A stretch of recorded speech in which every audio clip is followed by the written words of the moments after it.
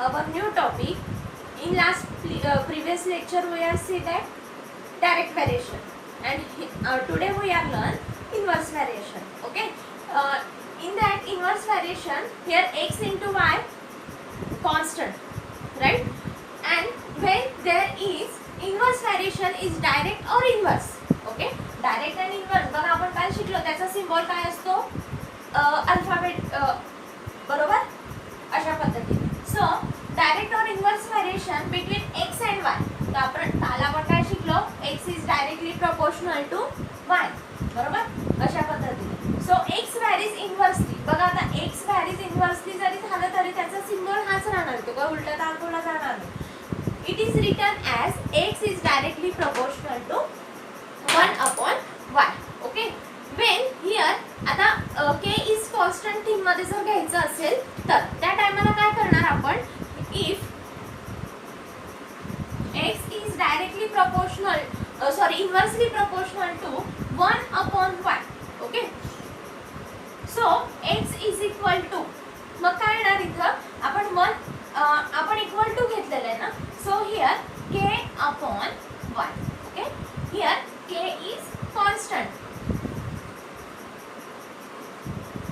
Okay, so x is equal to ky, और तुम्ही दुसरे लिहू शकता, x is equal to k/y, और second one is xy is equal to k, means cross multiplication. ज्या वेळेला तुम्हाला एक्झाम्पल सॉल्व करायचे असेल त्यावेळेला इक्वेशन इन व्हेरिएशन विचारलं जातं, त्यावेळेला आपल्याला हे यूज करायचं आहे इक्वेशन, बरोबर. आणि ज्या वेळेला k ची व्हॅल्यू काढायची असणार त्यावेळेला आपण हे इक्वेशन यूज करणार आहोत, बरोबर. मग आता हे काय झालं, is the equation of variation.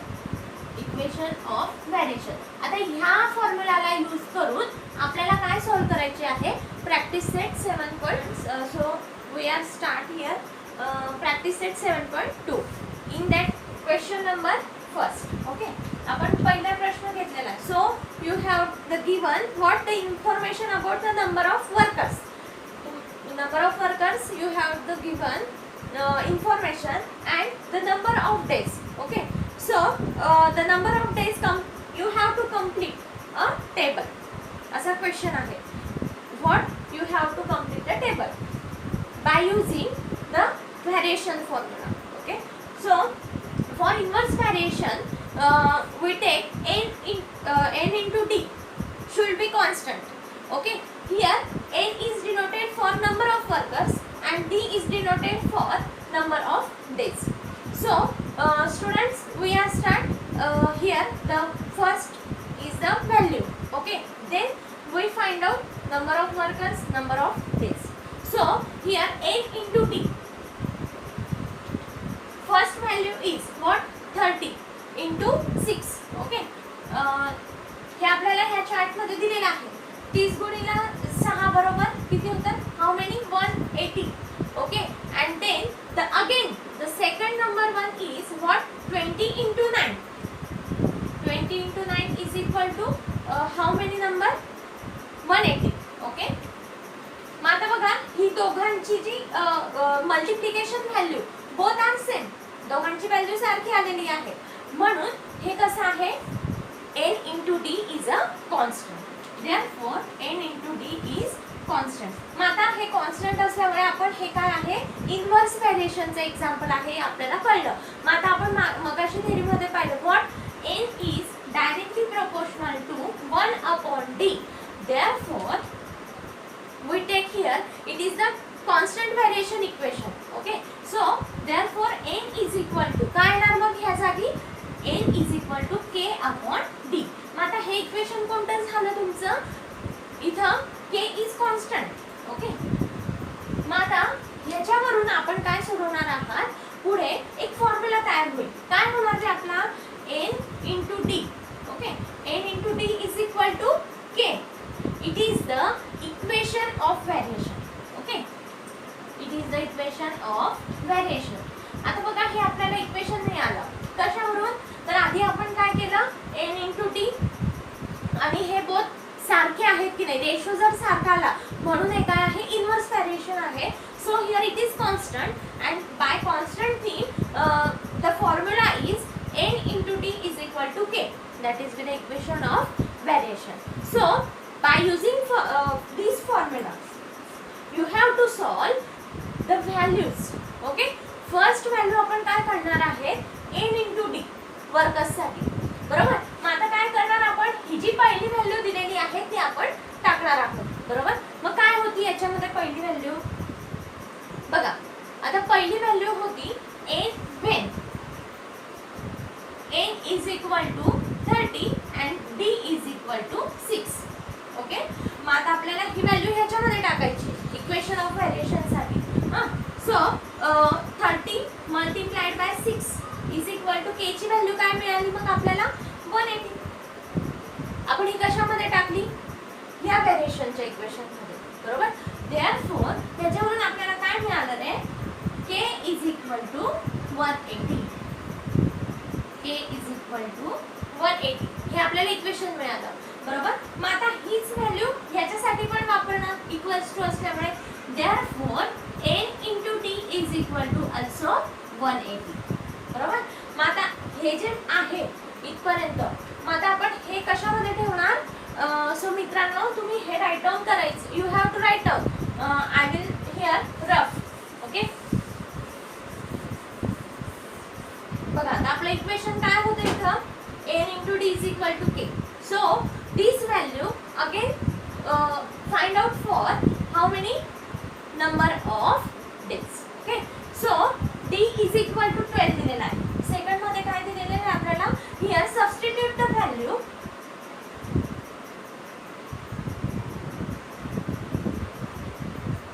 d is equal to 12.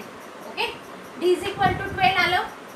So आपला फॉर्म्युला काय आहे, n × d is equal to k, बरोबर. हा formula n × d is equal to k. मग आपण काय करूया, त्याच्यामध्ये व्हॅल्यू मिळवू टाकूया, बरोबर. मग आता n आपल्याला माहिती नाहीये, बरोबर, हा काढायचा आहे. सो हिअर n × d ची व्हॅल्यू माहिती आहे काय आहे 12. मग k ची व्हॅल्यू मिळालेली आपल्याला काय होती ती 180, बघा. सो देअरफॉर मग आता नंबर ऑफ आपल्याला इथे काय वर्कर्स काढायचे. So n is equal to 180 upon 12. Okay, 12 ने भाग दिला तर जातो 12 × 12 उरले किती 3, 12 × 5 बरोबर, आलं लक्षामध्ये. So therefore n is equal to, बघा, therefore n is equal to what 50. बघा ही पहिली व्हॅल्यू मिळाली आपल्याला, बरोबर. इथं काय मिळालं 15 मिळालं, बरोबर. मग आता आपण काय करणार आहोत, आता सेकंड व्हॅल्यू काढू, बरोबर. सेकंड काय आहे,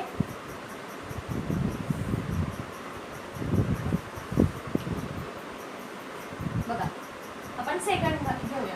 काय आहे तिथं दिलेलं, तर d is equal what n is equal to 10.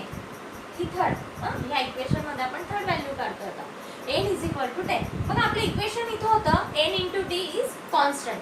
So what here equation is n × d is equal to k. अशा पद्धतीने आपण आता ठेवूया. 10 × d ची व्हॅल्यू माहिती नाहीये. So d is equal to k ची काय येणार किंमत 180. Therefore d is equal to 180 upon 10. Okay, therefore d is equal to what 18. किती आला आन्सर इथं, सेकंडचं मिळालं 18, बरोबर. बघा दोन व्हॅल्यू मिळाल्यात आपल्याला. मग आता तिसरं काय करायचं आपल्याला, again fourth last. Okay, number of workers find out करायचे. So here put d is equal to what number of days 36. त्याच्यावरून आपल्याला ना वर्कर्स फाइंड आउट करायचे. आपला फॉर्म्युला काय आहे, n × d is equal to k, बरोबर.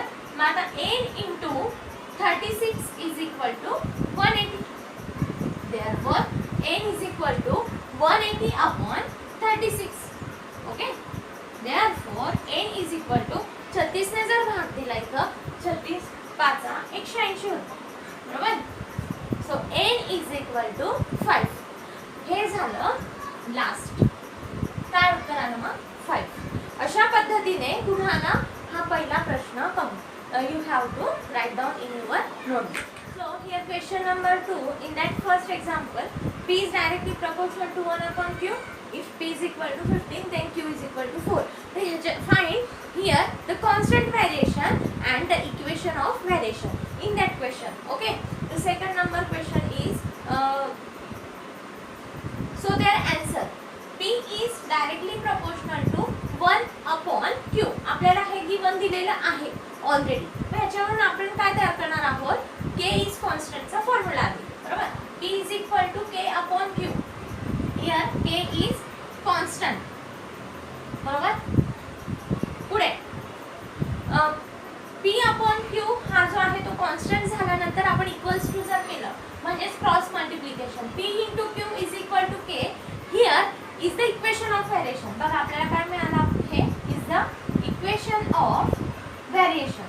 बरोबर? हे व्हेरिएशनचं इक्वेशन मिळालं. पुढे आता आपल्याला काय बघायचं? बघा substitute here value given P is equal to 15 and Q is equal to 4. आपल्याला ही व्हॅल्यू ह्या इक्वेशन मध्ये टाकायची आहे. Therefore substitute P is equal to 15 and Q is equal to 4. As per given formula P into Q. So here 15 multiplied by 4 is equal to K. Right? Multiplication जर केलं. Therefore K is equal to 15 multiplied by 4 is equal to 60. Okay? That is the equation of variation. Is the equation of variation. बघा ह्या question मध्ये तुम्हाला दोघं काढायचे equation of variation and equation of constant variation. बरोबर? मग आता हे इक्वेशन ऑफ व्हेरिएशन हे जे होतं ते काय आहे? कॉन्स्टंट. बरोबर? हे काय होतं? The constant of variation is the constant of variation. आपण ह्याच्यावरून काय तयार करतो? Equation of variation. Therefore equation of variation means what? P into K is equal to 60. Right? So is the equation of variation. हे झालं त्याचं answer. बघा मित्रांनो ह्या in that question number second you have to 4 questions. Okay. The same type of question. So the previous 2 examples you have to solve. We take here directly 4th number question. So in that 4 number question this example you have to write. Okay. And 4 नंबरचा question आपण घेऊया. त्याच्यामध्ये काय करायचं आपल्याला? Direct बघा 14 नंबरचा question आहे x is directly proportional to 1 upon under root of y. Okay, that is with the equation. So in that equation what you have to find here value already if x is equal to बघा x आणि y ची value दिलेली आहे 15 and y is equal to 9. Both value you have to given this example. So take here the given x is directly proportional to 1 upon under root of y. From this formula here x is equal to k upon. आता बघा ज्या वेळेला under route असेल तरी आपण under route हा as it is लिहिणार आहोत. Why? Here k is constant. बरोबर? Then here x into आता बघा cross multiplication x into under root of y. इथे तुम्ही मल्टिप्लाइड बाय नाही लिहिलं तरी पण चालेल. Is equal to k. Okay. k is the equation of variation. येत आहे ना लक्षामध्ये? इथे k कॉन्स्टंट आहे आणि आपण हा इक्वेशन कशाचा बनवला की k is the equation of variation.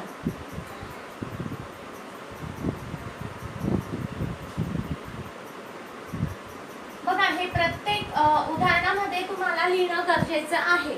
बरोबर? मग आता here you have to given if x is equal to 15 and y is equal to 9. So here substitute the value. Substituting x is equal to 15 and y is equal to 9. By the given value you have to solve both constant equation and equation of variation. So first we will take the value of 15 multiplied by under root of y. Okay. So also you have to return under root of 9 is equal to k. आपण ह्या value कोणत्या equation मध्ये टाकल्यात मित्रांनो, या equation मध्ये, बरोबर. So here k is equal to, आता बघा हा कोणाचा स्क्वेअर रूट आहे, 3चा. सो 15 मल्टिप्लाइड बाय 3 म्हणजे अंडर रूट निघून जाईल, बरोबर. म्हणून तुम्हाला k ची व्हॅल्यू काय मिळणार, 45. आलं लक्षामध्ये. आता हे काय झालं, there is be the constant equation, बरोबर, of variation, the constant of variation, बरोबर. मग आता ह्याच्यावरून काय लिहायचंय तुम्हाला, ह्याच्यावरून पुढची व्हॅल्यू काढायची आहे, तर ती कोणती, द इक्वेशन ऑफ व्हेरिएशन. मग इझी आहे, तुम्ही काय करणार, ही व्हॅल्यू अगेन कशामध्ये राईट डाऊन करणार, हीच व्हॅल्यू आपण पुढे टाकूया, p into q is sorry x into y, बरोबर. म्हणजेच x into y is equal to k, बरोबर. मग आता बघा x ची व्हॅल्यू आपल्याला माहिती आहे किती आहे मित्रांनो, काय लिहिणार तुम्ही, आपण काय लिहितो इथं, x ची व्हॅल्यू दिलेली आहे ती, बरोबर. मग तुम्ही एकतर असं लिहू शकता as it is x into under root of y is equal to 45. हे झालं equation of is equal to 45, बरोबर. द कॉन्स्टंट ऑफ व्हेरिएशन, हे काय मिळालं आपल्याला, हे जे इक्वेशन आहे ते काय आहे, द कॉन्स्टंट ऑफ व्हेरिएशन. बघा ह्या आधी आपण काय केलं, इक्वेशन वरून कॉन्स्टंट व्हेरिएशन काढलं आणि त्याच्यावरून कॉन्स्टंट व्हेरिएशनची here find out the value. Okay, त्याच पद्धतीने तुम्हाला दोन क्वेश्चन्स जे आहेत ते तुम्हाला सॉल्व्ह करायचे आहेत. आपण पुढचा घेऊ. The question number 4, write the following statements using symbol. Here in that example statement you have to given, their symbols are given. What you have to write, the inverse variation equation. Okay, by using symbol variation, आपल्याला काय करायचं, symbol use करून ते variation equation बनायचं. त्यात पहिला आहे the wavelength of sound L and the its frequency F are in inverse variation. Okay, so आता बघा इन्व्हर्स व्हेरिएशनचेच एक्झाम्पल आहेत, त्याच्यामुळे फक्त आपल्याला काय करायचं आहे, जसं आपण n is directly proportional to 1/y असं लिहत होतो त्या पद्धतीने आपल्याला हे सिम्बॉल दिलेले आहेत, फक्त आपल्याला राईट डाऊन करायचं आहे. So here answer is what, the wavelength of sound means n is directly proportional to their frequency. Okay, so frequency is denoted with f is in inverse variation. So n is inversely proportional to 1/f. आलं लक्षामध्ये. Then the intensity I of light varies second inversely with the square of the distance d. बघा इथे एक I दिलेला आहे intensity आणि हा distance d ने डिनोट केलेला आहे. तर स्क्रीन ऑफ लॅम्प ची दिलेली आहे, तुम्हाला ते व्हेरिएशन फॉर्म्युला नुसार लिहायचं. So here what, intensity is inversely variation to square of the distance. Wavelength लिहायची, बरोबर. मग 1 काय लिहिणार आपण, आता बघा स्क्वेअर मध्ये दिलेला आहे distance, so d square. Okay, असं लिहायचं. So I is inversely proportional to 1/d square. हे झालं इन्व्हर्स व्हेरिएशन. म्हणजे तुम्हाला प्रश्न विचारला की सिम्बॉल मध्ये लिहायचं आहे तर अशा पद्धतीने लिहायचं. आणि लक्षात. The next question 5, x is direct inversely proportional to 1/under root of y, and when x is equal to 40 you have to given x and y values if x is equal to 10.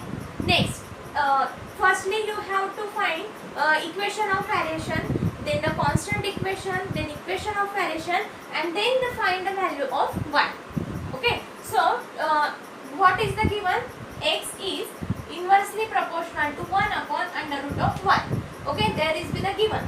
From that equation you have the equation of variation constant is equal to k upon under root of y. There is the here k is constant. Okay, k is constant. So the next one is x is equal to k upon under root of y. और आता बघा ह्याच्यावरून दोन equation बनतात व्हेरिएशनचे. ते कसे, तर बघा पहिलं तर हेच राहील. ओके, और दुसरं कसं राहणार, x into cross multiplication x into under root of y is equal to k.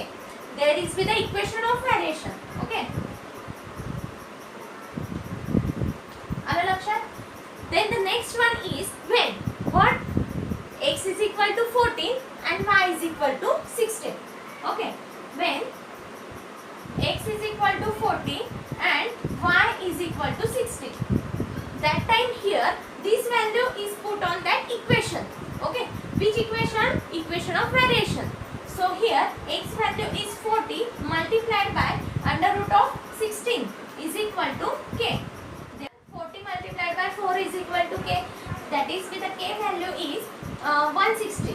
Okay, there will be the constant variation. Okay, from that equation here x under root of y, मी थोडं rough करते मित्रांनो. Here what x and ही व्हॅल्यू आपण याच्यामध्ये टाकणार. x under root of y is equal to k ची व्हॅल्यू काय मिळाली मग मला 160. ओके, तर हे काय झालं? Equation of variation. बरोबर. मग आता ह्याच्यावरून आपण काय करणार आहोत पुढे? If x is equal to 10 find y value. So here put x is equal to 10. Okay, from that equation आपण ह्या इक्वेशन मध्ये टाकणार आहोत x under root of y is equal to k. मग आता ह्याच्यामध्ये व्हॅल्यू टाकल्यानंतर काय मिळेल आपल्याला आन्सर बघा. x into under root of y म्हणजेच काय रे 10. x ची व्हॅल्यू माहिती आहे आपल्याला 10. Under root of y is equal to k ची व्हॅल्यू पण माहिती आहे 160. बरोबर. मग आता अंडर रूट y ची व्हॅल्यू फाइंड आउट करताना under root of y is equal to किती येणार मग? 160 हा इकडे येताना डिवाइड होऊन जाणार. बरोबर. मग काय उत्तर आलं? Under root of y is equal to 16. बरोबर. मग आता बघा y ची व्हॅल्यू फाइंड आउट करताना बोथ स्क्वेअर रूट जर घेतला आपण तर काय येणार रे? Here y is equal to squaring both sides 16 square. Okay, squaring both side केलं मी.